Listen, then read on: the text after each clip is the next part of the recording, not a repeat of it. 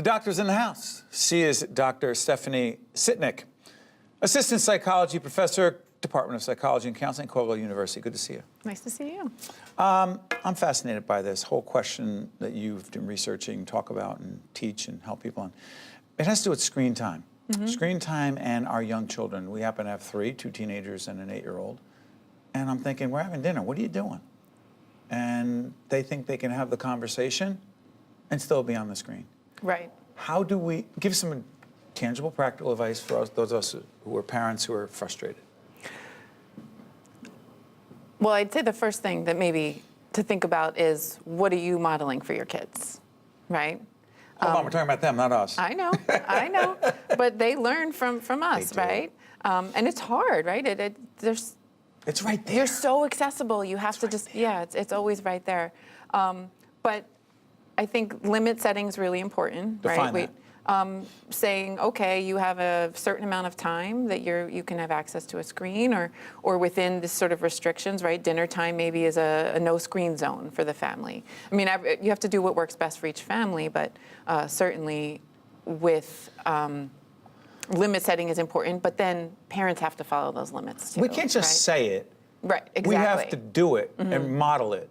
Exactly. Who put out some new guidelines on this recently? American Association of Pediatrics just released some new guidelines. They had older guidelines that I think they began to realize with the increased access of phones and tablets and computers, and that they just weren't very practical. So they've adapted those guidelines a little bit to be a little more flexible and to kind of incorporate the fact that what every child and family needs might be a little bit different. Doctor, how do we make this whole question of screen time and the technology right in front of us, what are some of the good, positive things about it for younger people? And then where does the line cross and we go, hey, this is not good?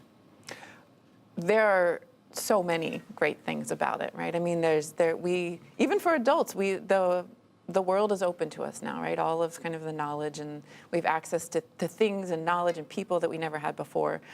For younger children, there's a lot of educational programs, there's a lot of educational television shows and apps and things like that that can really be quite helpful, right? They're great. I think the line is more when we have too much use or dependence on use. Or also what they're using it for. Right, or exactly using it for what research, they're using to it. get information, Right. to tap into something you otherwise wouldn't be aware of, be exposed to. That's one thing. But the constant game playing over and over Right. again, I ask myself sometimes, do our kids even know? Or, listen, I'll cop to this. There's sometimes I go on Facebook and I'll think, I gotta get out of here. Just lost a half hour, yeah. I literally have to get out of here. You know, and much less if I'm posting something and then I go, so-and-so hates me for saying that? Well, why do they hate me? Let me find out. What am I doing? I don't even know these people. Right, it's a rabbit hole, Much less right? Twitter. Yeah. Define the rabbit hole. Oh, I mean, I think we all have experienced this, right? When you sort of think, oh, I'm just going to go on for a minute or two. I'll just check my email, or I'll just go onto Facebook or Twitter, and then all of a sudden, a half hour, 45 minutes later, you think, oh, that's not what I planned. Yeah. And I think that happens to all of us to some extent, right?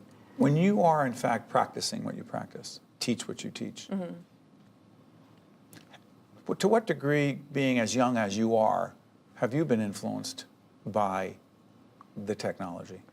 Because someone 20 years older than you plus in your field, he or she may not approach this the same way, but you're pretty close to this. Well, I don't know if I'm, well, thank you. I don't know if I'm as close as But you're relatively close. I mean, when I first went to college, when I was first in undergrad, that was really when the internet was kind of starting, when we first had email and things like that. And when we did research, we still had to go to the library and still go get the paper book, Right. you know?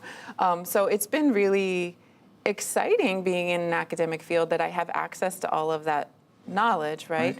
But I think adults as well as children really have to learn how to be discriminating, right? Is this a trustworthy source? Is this not a trustworthy source? With my own children, we really try to keep a close watch on what they're consuming. How do you do that? Well, I have a 2-year-old and a 7-year-old. With my older son, we really set time limits, and we kind of monitor maybe if he wants to play video games or watch television shows or things like that. We kind of watch what he's doing. We use parental controls on the computer, things like that. With my youngest, we make sure to watch with him so that we can discuss things. Maybe You got to be on this. You've got to be all over. Oh, it. absolutely, and it's changing. I mean, I have no doubt that in a few years that my oldest son will far supersede me in terms of his technological skills. Stephanie, Right? sorry for interrupting. The time we have left. No. Older children. We have sons who go on the internet and they'll say, "Dad, I read such and such in the news." I go, "Really? You read that in the news?"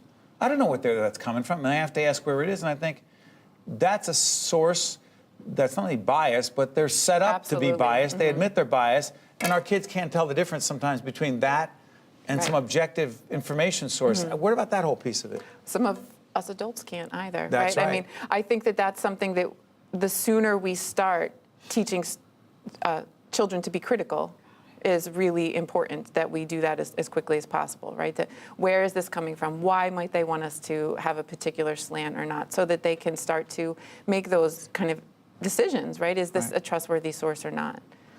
A few seconds left. Children with special needs. Yes. What do you want to say here as it relates to screen time?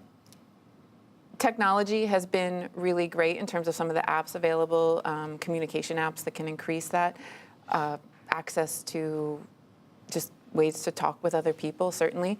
But I think we also have to limit in that regard too, right? Is the child emotionally able to sort of handle different material, things like that we just have to keep a close eye on. Dr. Stephanie Sitnick, who is Assistant Psychology Professor, Department of Psychology and Counseling at Caldwell University, one of our longtime higher ed partners, which I want to disclose. I recently taught a leadership seminar for a group of doctoral students in the field of education, some very fine students. I want to thank you for joining us, Stephanie. Thank you for having Well me. done. What can great minds do? While at Seton Hall, I interned with the Superior Court of New Jersey, and that inspired me to go to law school.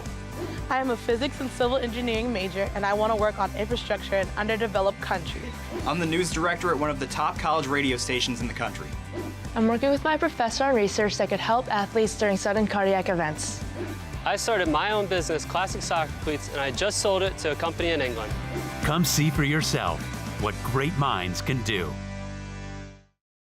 Also brought to you by Holy Name Medical Center. This place is different. And by Horizon Blue Cross Blue Shield of New Jersey.